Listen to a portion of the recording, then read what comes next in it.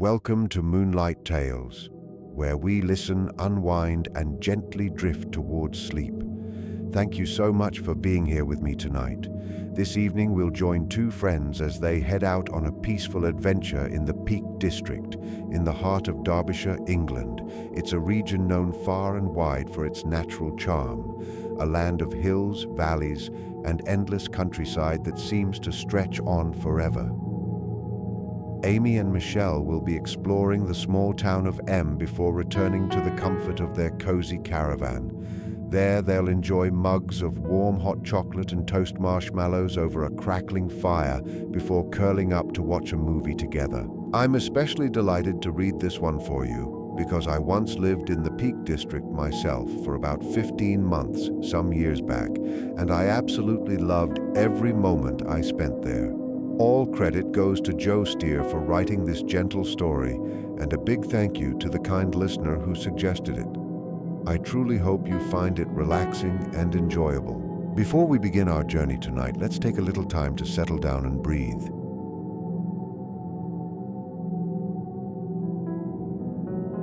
Find a position that feels most comfortable for you. When you're ready, softly close your eyes and bring your attention to the natural rhythm of your breathing. Notice the easy flow of each inhale and exhale, including the slight pause that might happen between them. Feel where the breath moves through your body, through the nose, the throat, the chest, and the belly.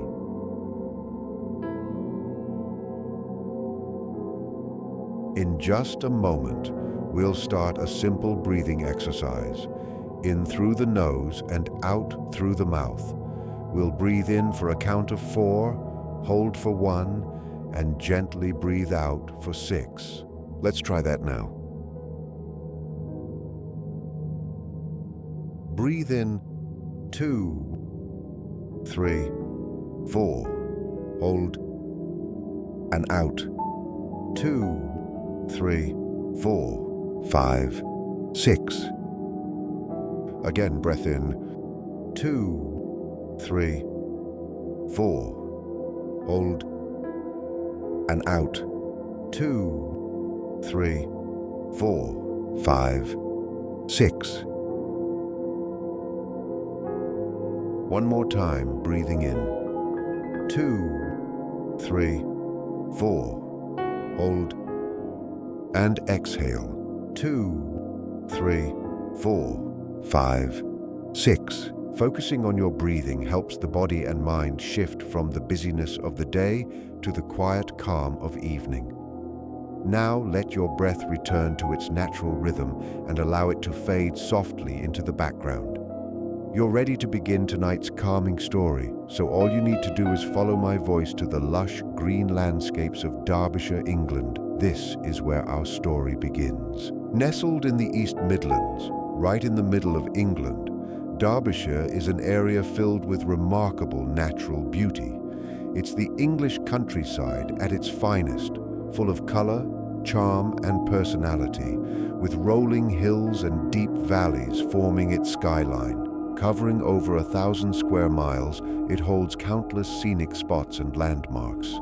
Many of its best-known places lie within the Peak District National Park, a landscape shaped over millions of years. There are tall, moss-covered peaks, deep limestone valleys, rugged gritstone ridges, high plateaus, and winding gorges. Nature lovers come from near and far to take in these views, to walk the trails, hike up the slopes, or swim in the calm lakes and winding rivers. Others prefer wandering through the little towns and villages tucked neatly between the valleys, framed by the green hills that rise above them. Travelers often stop by the local pubs and cafes to rest their legs and enjoy something warm before returning to their lodgings. The region offers all kinds of places to stay, everything from hillside cottages with grassy rooftops to cozy tents and caravans. Amy and Michelle have chosen to stay in a campsite close to M, where they'll spend their nights in a Vado, a traditional Romany wagon. This unique caravan is like a tiny home on wheels, easily recognized by its hand-carved wooden frame and detailed golden decorations. The dark wood shines softly beneath intricate patterns, while red-painted steps lead up to a little doorway under a curved roof wrapped in bright green canvas. A grove of tall pine trees provides privacy behind the caravan, and from the front, there's a breathtaking view of wide, open fields stretching into the distance.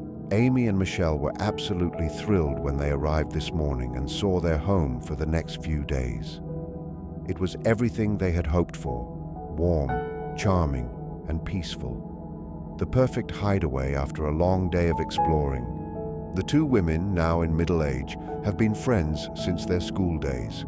Though life has taken them to different parts of the country, they make sure to meet at least once every year for a little getaway, to relive old memories and create new ones.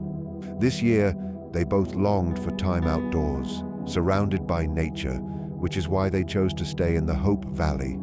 Today marks the start of their 4-day break. 4 days they'll spend walking, laughing, eating, and unwinding together. They'd only had a short look at the Vardo earlier in the morning, just enough time to drop off their bags before heading out to explore. They spent most of the morning following quiet country roads and public footpaths that led them toward the village of M. The Hope Valley is known for some of the most spectacular scenery, not just in Derbyshire, but perhaps in the whole world. At least that's how Amy sees it. Their morning walk took them through a fresh, colorful landscape, rolling green fields, bright patches of yellow flowers, and clusters of woodland. This part of the year is especially magical because the trees are slowly changing their colors for autumn. The green leaves are turning into a tapestry of gold, rust, and amber tones. Some have already fallen, dancing on the breeze before landing softly on the paths and roads, forming a natural carpet of color under their boots.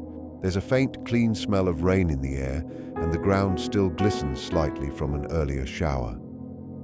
Amy smiles and tells Michelle she can smell autumn. The scent of damp leaves, pine cones, conkers, and resin blending in the breeze.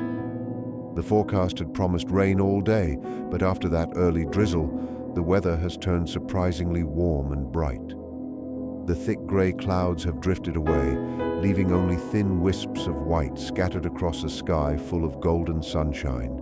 Anyone passing them on the trail would never guess that Amy and Michelle hadn't seen each other in an entire year.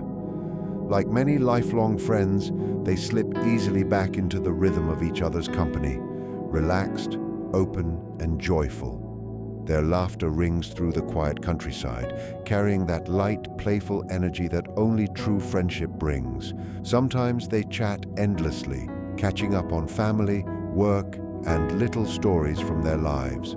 Other times, they simply walk in companionable silence, breathing in the peace of their surroundings, happy just to be together. A gentle breeze drifts through the air, keeping them cool beneath the sun, and both women are dressed perfectly for their stroll. Sturdy hiking boots, soft trousers, and light wool jumpers.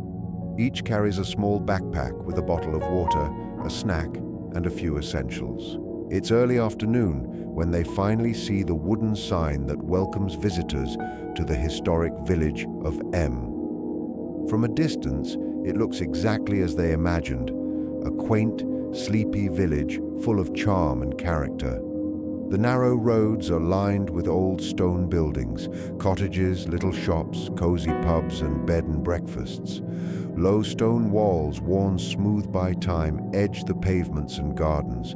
Some of these walls look as though they've stood there for hundreds of years. The buildings are tidy and well cared for, each with its own personality. Brightly painted doors, blooming flowers in window boxes, and neat front gardens. The small village green looks freshly mowed, the benches polished, and the flower beds alive with color. The local post office stands out vividly, painted a cheerful red that gleams in the sunlight, as if it has been freshly coated that very morning. If it weren't for the modern cars parked here and there beside the buildings, you might think you had stepped back in time.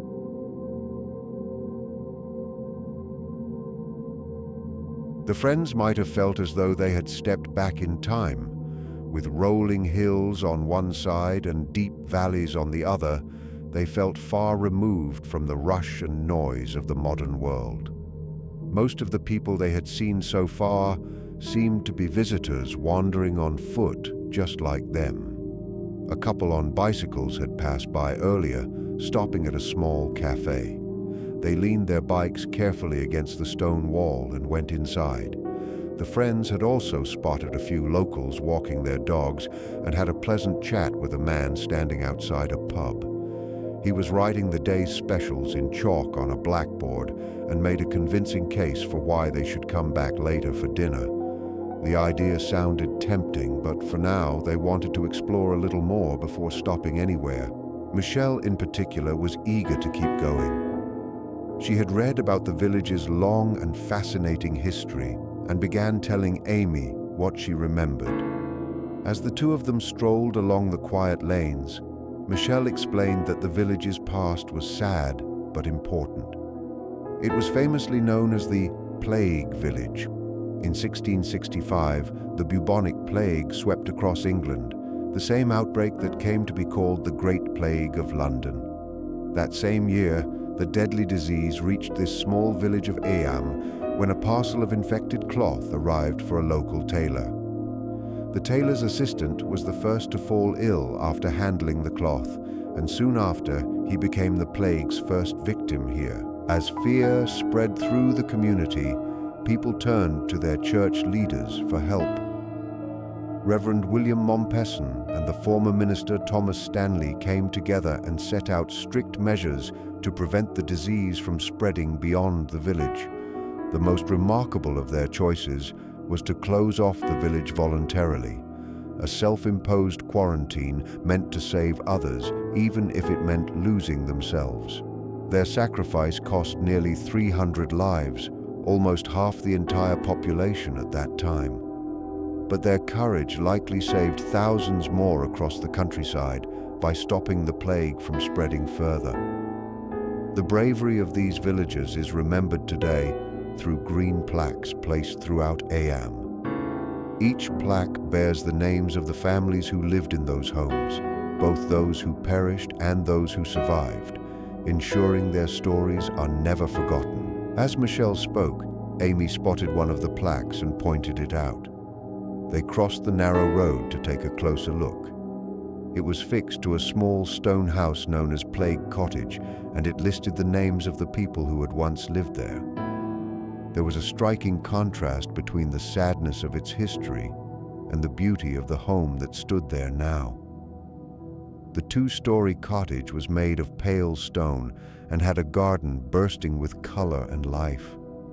In some spots, the plants were so thick and lively that they nearly hid the cottage from view. Flowers of every hue lined the winding path leading to a green-painted door. Along the path, small statues of animals in fine country clothing stood proudly. One white rabbit, holding a bouquet of yellow flowers as if offering them to a friend, caught Michelle's eye. Amy giggled at a nearby squirrel figurine wearing a tiny hat and yellow raincoat, watering the flowers. Everywhere they looked, more ornaments peeked out from behind the plants, little woodland creatures hidden between bushes and leaves. Somewhere nearby, the gentle sound of running water filled the air, though the source was hidden from sight. The friends leaned against the low stone wall that bordered the garden, enjoying a moment of calm. They breathed in the fresh air, admiring the bright petals and the soothing sound of trickling water. Amy remarked softly that it was a lovely way to honor the memory of the villagers who once lived and died here during the Great Plague. As she spoke, she dropped a few coins into a small donation box that helped support the garden's upkeep. They moved on again, continuing their walk through the winding village lanes. Each turn revealed another historic building, each with its own plaque and story. They stopped often to read them, learning more with every few steps. Michelle admitted she had feared that the place might feel gloomy or heavy because of its dark history, but to her surprise, it didn't feel that way at all. Instead, the atmosphere was peaceful and heartwarming. While the plaques invited quiet reflection, there was something deeply hopeful about them. It was clear that the people of Ayam took pride in their heritage and in the strength of their ancestors. The care given to every stone wall and cottage, and the way stories were displayed for all to see, showed how much the villagers valued remembrance. Even the churchyard shared that same uplifting spirit. The grass was a soft, vivid green, scattered with old gravestones and framed by tall trees of many kinds. At its center stood the ancient stone church, solid and timeless. The two friends wandered among the graves, reading names and inscriptions, learning about the lives of the people who once called Ayam home. Around some headstones, clusters of autumn flowers had sprung up, bright yellow chrysanthemums and pure white anemones swaying gently in the breeze. Eventually, they reached a large, familiar monument. Its image had been printed on the sign that welcomed them to the village. The cross stood tall, almost reaching the height of nearby pine trees, and every inch of its surface was carved with intricate Celtic knots and spirals. A black iron railing surrounded it like a protective fence. Michelle, remembering her research, told Amy that this was the famous Ayam cross, one of the village's proudest treasures. It dated back to the 8th century, crafted during the Anglo-Saxon era, and was believed to have been made in the ancient kingdom of Mercia, one of the 7 kingdoms that once divided England. Originally, it had stood along a nearby track used by carts, but it was later moved to the churchyard sometime before the 14th century. Both women stood silently for a while, deeply moved. There was something powerful about seeing a carving made more than 1,000 years ago still glowing under the same sunlight that now touched their faces. The air around them felt still and sacred, and without realizing it, they began to speak in whispers. The peace of the churchyard filled them with a quiet sense of respect. They agreed that this was one of the loveliest resting places they had ever seen, tranquil, beautiful, and filled with history. After some time, they stepped into the old church itself. The heavy stone walls muffled the sounds from outside, wrapping them in calm silence. Their footsteps echoed softly across the tiled floor and rose toward the tall, vaulted ceiling. It was humbling to think that most of the people whose names they had read today would once have gathered right here, in this very place, the Church of St. Lawrence. The thought stirred a deep sense of connection with the past. They slowly walked down the central aisle, imagining the congregation lining up for Holy Communion centuries ago. Michelle paused to admire the stained glass windows above the altar, their colored lights spreading across the floor like liquid jewels. She wondered what villagers long ago had thought as they gazed upon the same glass. Amy ran her fingers lightly along the old wooden pews where families once sat together, listening to sermons and prayers. It was here that Thomas Stanley and William Mompesson had preached words of courage and faith to their frightened flock. The pulpit from which they spoke still stood in its original form, while other features had been added more recently. Some of the newer stained glass windows told the story of the plague through vivid images, scenes of the village, its people, and the ministers who led them through despair. A simple wooden chair sat beside the altar, said to have belonged to Reverend Mompesson himself.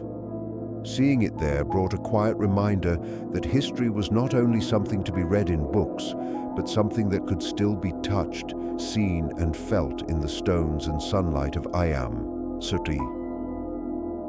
An open book is displayed inside a glass case so that the friends can easily read the words written across its pages.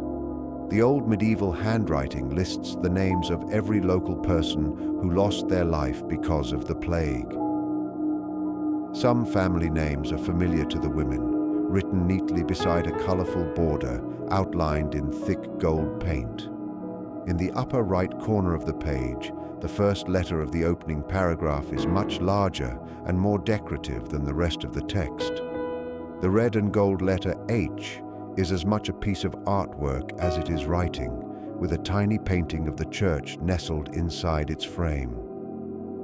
Once the friends feel they've seen enough of the building, they step outside into the quiet churchyard. For a few moments, their senses need to adjust to the brightness of daylight and the gentle sounds of birds and wind in the trees. As they leave the church grounds, Amy remarks that the sunlight seems to make everything smell fresher and sweeter. She wonders if it's just her imagination, as the colors around them look almost unreal in the soft afternoon light.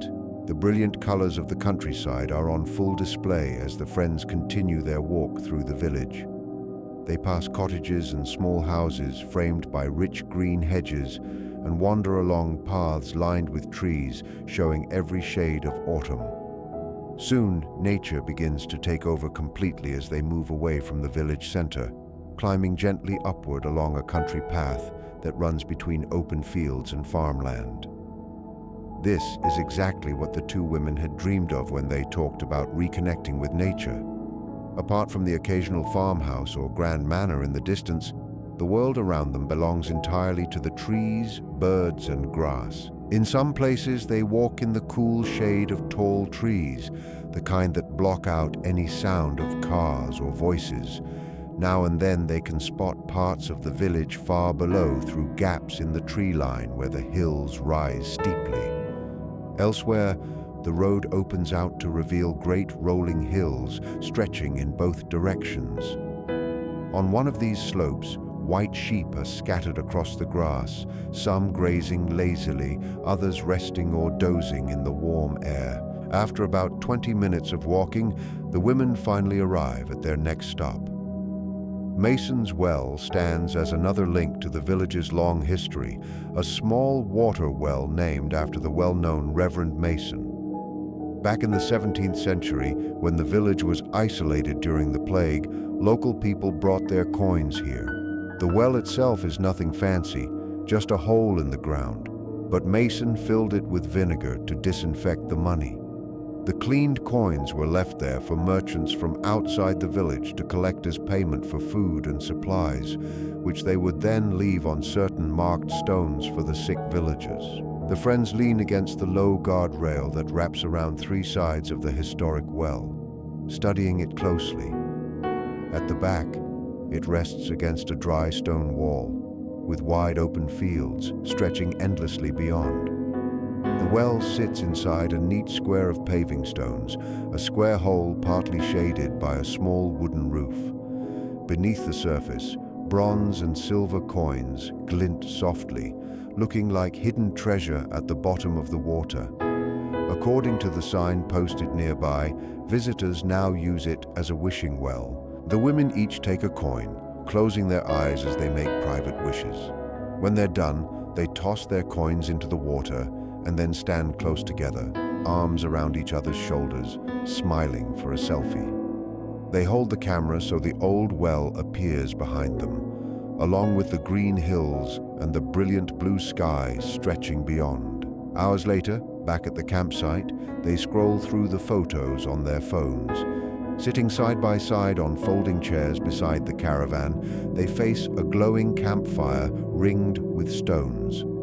It's still only early evening, yet the sky already looks completely black, making the fire appear even brighter and more alive. Flames of orange and gold flicker around a pile of wooden logs, glowing red at the edges like autumn leaves. The caravan looks especially cozy now, bathed in the warm light of the fire. The golden painted patterns on its wooden sides sparkle like tiny stars, while the green canvas roof shines softly like jade. The evening air has cooled, but the friends don't mind. Wrapped in their thick jackets, they're snug and comfortable beside the crackling fire that pops quietly in the still air. They're tired after the long walk, but happy and relaxed as they scroll through their pictures. Amy laughs as she studies the photo taken at the well. Their smiles are wide, their faces glowing with health and joy. They guess the fresh air, exercise, and sunlight must be the reason, though when they notice they look just as cheerful in a photo from inside the pub, they agree it's really because they're simply glad to be together. They think back to their dinner earlier that day, in the cozy pub, where they had met the friendly man who was writing the day's specials on a chalkboard outside. He had later served them at the bar, greeting them so warmly it felt as if they were longtime friends. The meal had been hearty and filling, traditional country food made with local vegetables and fresh ingredients. It was exactly what they needed after a full day of walking and exploring. As they flip through the rest of their photos, they find pictures of the landscapes along their path, close-up shots of autumn leaves, glossy chestnuts, and winding trails through golden fields. Other images capture the charm of the village itself, the playhouse with its lovely garden, the cheerful flowers, and the whimsical ornaments scattered among them. The friends chuckle at the picture of the little squirrel statue dressed in a yellow raincoat, holding a watering can as if tending the garden. There's also a photo of the old Celtic cross standing tall in the churchyard, and another of Amy sitting on a bench on the village green. One picture shows a cottage so charming it looks like something from a storybook, its stone walls completely hidden under a thick blanket of ivy. The final photo on their phones shows the interior of the caravan, where they will soon settle in for the night. It looks every bit as magical as they remember, like a scene from a fairy tale. The arched ceiling is covered with cream-colored wallpaper, patterned with delicate flowers, crossed neatly by thin wooden beams. One of these beams holds a string of colorful bunting, hanging like a cheerful arch above the bed. The bed takes up the rear half of the wagon, built widthways with cupboards fitted neatly beneath it. The cupboard doors are painted a soft cream, each one decorated with a red floral pattern in the center. The front half of the wagon holds two wooden benches facing each other, painted in the same red and cream colors and covered with cozy cushions. A small tray of refreshments waits on top of a chest of drawers: tea bags, coffee, sachets of hot chocolate, a bottle of water, and a flask of cold milk. There's even a bag of large marshmallows and two long forks for toasting them over the fire. The moment they notice this, both friends share the same thought. Amy gathers the tray and carries it outside, setting it gently on the gravel near the campfire. The night feels peaceful.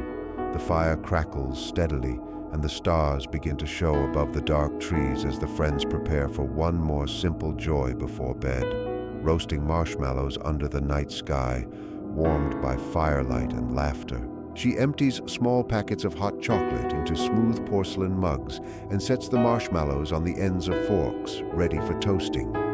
Meanwhile, Michelle rummages through her backpack, pulling out a small gas stove and a tall, slim pan. Amy pours water into the pan while her friend attaches the stove to the gas canister. When Michelle makes sure that the stove rests flat and steady on the ground, she turns the handle until a spark lights the flame.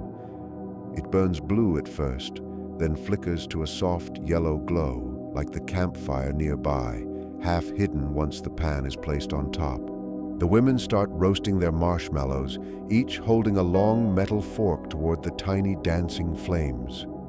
The warmth spreads around them like a thick blanket, wrapping them in comfort, while the gentle crackle of firewood grows louder and steadier, filling the quiet night. It has been such a long time since either of them last did something like this, since they sat together by a campfire under a sky full of glittering stars. Since they laughed over old memories and spoke about things that had once been forgotten, all while turning the forks slowly in their hands. They watch as the marshmallows begin to puff up, their soft centers melting into a sticky, creamy sweetness. The once white surface turns golden brown, speckled with bits of crisp black where the sugar has caramelized. When they look just right, both women pull back their forks, but they have to wait a moment for them to cool enough to eat. They exchange smiles and giggles, eyes bright like children waiting for a treat. The excitement of the moment fills the air, warm and cheerful. When they finally take a bite, silence falls. Each one savors the taste, closing her eyes for a second. The texture is soft and buttery, almost like melted sugar, with that sweet, roasted flavor that brings back happy memories of carefree nights. It's a taste that feels both nostalgic and comforting, a flavor that adds more magic to the evening. They repeat the process a few more times, laughing as their marshmallows catch fire or slip off the forks, before sealing the packet to keep the rest for another night. By the time they're done, the water in the pan begins to boil gently, bubbles rising to the surface. Michelle switches off the gas and carefully pours the steaming water into the mugs. Amy picks up a spoon and stirs, adding a small splash of milk to make the drink creamy and cool enough to sip. Together, they settle back near the flickering fire, wrapping their hands around the warm mugs, feeling the heat seep into their fingers. They take small sips of cocoa and gaze quietly at the glowing embers, watching the flames dance and twist like tiny ribbons of light. They stay like that until the campfire burns low, fading into glowing coals and soft ashes. When their mugs are empty and the air grows cooler, both friends feel the pull of rest. They pack away their things, still chatting softly, their laughter mixing with the quiet night. From somewhere in the trees, the faint hoot of an owl echoes through the darkness as they head inside the little wagon. The steps creak beneath their feet as they climb up, closing the door behind them and locking it with a click. Amy pulls the curtains across the small front window, while Michelle climbs onto the bed to shut the other set that hangs against the wooden back wall. The curtains are short and almost funny in their size, but just enough to cover the tiny round window. Michelle has to crouch low so she doesn't bump her head against the curved ceiling. The charm of the wagon's tiny space adds even more coziness to the night. Once they're both under the thick duvet, the fabric rustles softly as they move, surrounding them with warmth. Amy stretches her arm up toward a small black box fixed above their pillows. She presses the power button, and it hums gently as a soft beam of light glows from the lens. Michelle reaches forward to pull down the rolled-up white screen that's tucked behind a wooden beam. She unrolls it until it hangs smoothly, then sits back down again beside Amy. Amy unlocks her phone, scrolling through the screen to select the movie they had agreed on earlier. In a few seconds, the image appears on the little screen in front of them, a projection of an old favorite that they've watched countless times. It's a film they adored when they were teenagers, one that still makes them laugh and quote lines out loud. They know it so well that sometimes they mouth the words before the actors say them.